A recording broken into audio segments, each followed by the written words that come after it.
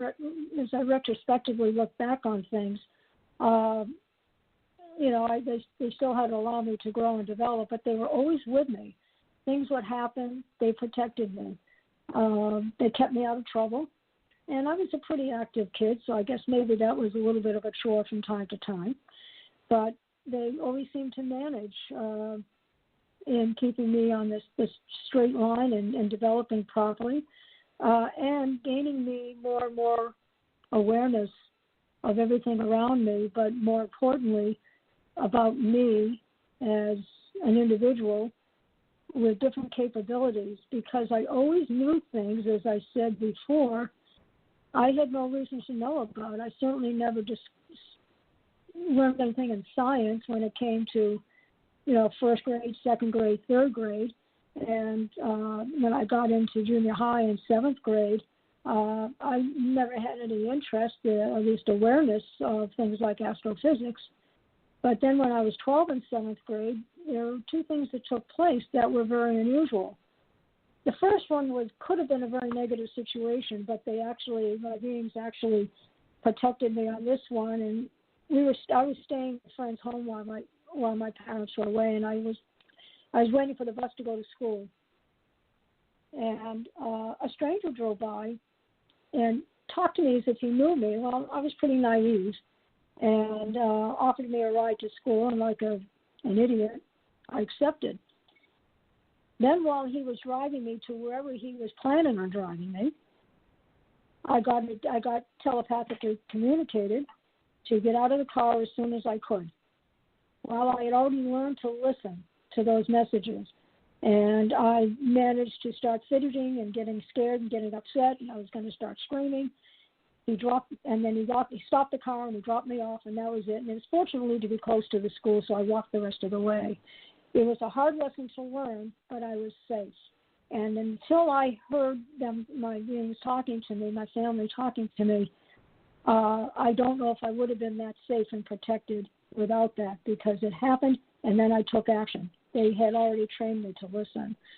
The other one was quite different, and it was back in school, and the English teacher in seventh grade wanted us all to do a book report in any book we wanted to do. And I went to the bookstore, I went to the library, got a ride, and I started perusing books, and I looked at novels, I looked at social studies, I looked at other things that could have been of interest, and nothing was there. And I moved over to the science area to see what was there, and I was already interested in space, astronomy, and planets, and never studied it, but I had developed an interest in it. Don't know where it came from, but I had an interest. And I went over and I was thumbing through, and I saw a book, and I picked it out, and I thumbed through it, and I said, this looks good, and I read it, and I could understand some of what I was reading. And along in the story, I took the book and did a book report, and got an A+ on it, and the teacher wrote back, "Please see me." And she asked me how and why would I have selected that book without any background. And I said, I don't know. I thumbed through it. I understood it. It was interesting to me, so I read it. And it was Einstein's theory of relativity. So the next thing I knew in school, I have a feeling they were putting me into AP classes at that time, advanced placement. They wanted to. I don't know why I wasn't, but there were a few courses, simple courses that I was moved up into.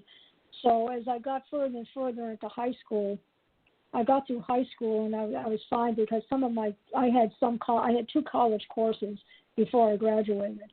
So by the time I got into college, studying the courses that I had to take as a precursor, the basic courses, I was bored. And after my second year, I pretty much dropped out. I wasn't interested because I wasn't learning anything. And so I considered the studies on my own. I continued to be educated. Occasionally, I'd be taken. It happens when I'm in sleep at night usually, but it wasn't a lot. It was just intermittently because I still had a life that I was building. And I went on from there. And things continued to be a little bit normal between 12 and 17. But and I enjoyed my teen years. The one thing I always ran into was when I was delving in conversation with my peers, age-wise. Conversations were always boring to me. No one had an interest in what I had an interest in. Space and space sciences, as we knew it in those days, planetary, the science and universe and all that. And that's where my mind was a lot, along with other things, but pretty much into those fields. So it was difficult to have friends of my age because no one had an interest there. They were interested in boys or girls or whatever. And, I had boyfriends and girlfriends, but I had to be careful with my conversations. So that's how it went through my teen years. And as I said, I went to college, and after 2 years, I was just bored. So then life continued, except that in my early 20s, I had the pleasure of meeting my husband. Someone introduced us. I was on contract onto the company he was a part of from the company I was with, and I was in computers and systems analysis and programming at that point. And I was kind of guided into those areas, into the sciences and technology, so I followed those. And when I met my husband, I was introduced to him. It turned out he did contract work for NASA. So I said, okay, this sounds like it's a possibility for me. And long story short, we dated 6 months, and then we got married, and we're married 50 years now. So I guess it worked out. He's an individual. Yeah. Yeah, he's highly intelligent, and we have incredible conversations. He's interested in everything that I'm interested in those areas. I'm interested in business because I did land up being in business and went into the executive suite eventually. And so we have a lot in common that we can share with one another. On the funny side, funny or not, he never knew about me. I never said a word to him, but I exhibited abilities. He couldn't understand how I knew about people that were up to no good, that wanted him to be a part of something. And I told him vehemently, you're not to do business with him. You stay away from him. Long story short, he finally decided not to because I was furious about it. And they came to no good a year to 2 years later. So he said, how did you know? And I said, I can't tell you that, but someday you'll know. And there were some other situations that took place through the course of our life together. And fortunately, I love him a lot, and the feeling seems to be mutual, fortunately. And eventually, he overheard, after a MUFON meeting, he overheard a conversation I had with another experiencer. Now, he never knew about me being an experiencer. So on the way home, he said, tell me about what you're talking. And I filled him in. I said, well, this is the first part of my story. Now, he never knew any other part of it until last February. So he knew I was an experiencer. I gave him time to understand all that. And our children never knew. And I finally told him that, I think it was around last spring, we need to get both children together so we can start giving them some information about me, because there's always a possibility it may affect them in some way. And right. There are two children, our two birth children. And so anyway, we had an opportunity to do that. The reaction was different from both, and it's what I expected. And it's an interesting situation. I said to one of the children, I said, you may not be aware of it, but I track you, and you have some abilities that I've got. I can't say, or will I say, how much you've got. That's for you to determine. But learn to listen, and you will come about eventually and see what's going on. But it's all good. Nothing is negative. Nothing is bad. So we went from there, and life has gone on. And except for one issue, when we got married in December of the year in question, and the following spring I got pregnant. And I went to. What year was that? Let's slow this down a little bit. We were married in December '68. And you have to speak into the mic because you're fading in and out. Speak into your phone. You're fading in and out. Is that better? Is that better? Yeah, you got to stay conscious I'll of say that. it. Is that So better? Let me slow this down. Yeah, that's better. Let me slow this down a little bit. Okay. We have questions now. So Sure. let's go back to the beginning. So you're 3 years old, and your mother has you go to this special class. Were there other children in there? How many were in there? Do you recall anything out of the ordinary? I know you were 3, but a lot of people have good memories, especially when it's something out of the ordinary. What do you recall about that? Well, Let's slow it down. Okay, and I've made an effort to recall as much as I can. I remember being dropped off. I remember her taking me into this building. And I remember initially seeing several children. I don't think there were more than maybe 5 to 7 of us at the most. And with all my recollection, and I have been regressed, but with all my recollection, I cannot remember anything taking place in that classroom.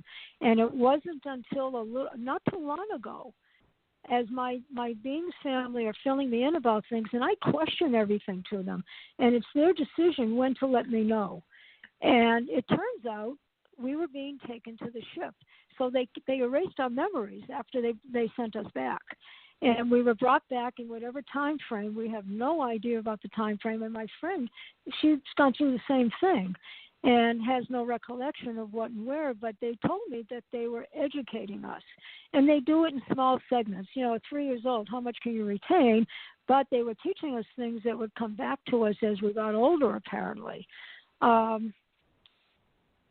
I have no other validation of that except what they have been very good about educating me about. And I don't have anything else to go on except how I knew things when I never studied things in school to this nature or to this ability. We never studied space sciences until high school. I never studied other aspects medically. I had an uncanny ability to understand science, technology, and medicine, which was really interesting. There was a problem one time, and I didn't record this, but a problem one time, a friend of mine was upset, and I met her one night just to say hello, and she was upset, and I said, what's going on?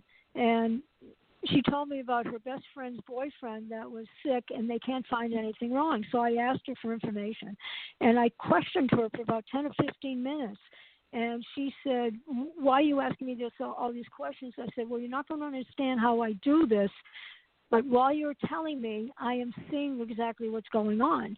And she said, well, what are you seeing? I said, what I can tell is there's a tiny hole in his heart, and he needs to get to a cardiologist right away and get this taken care of.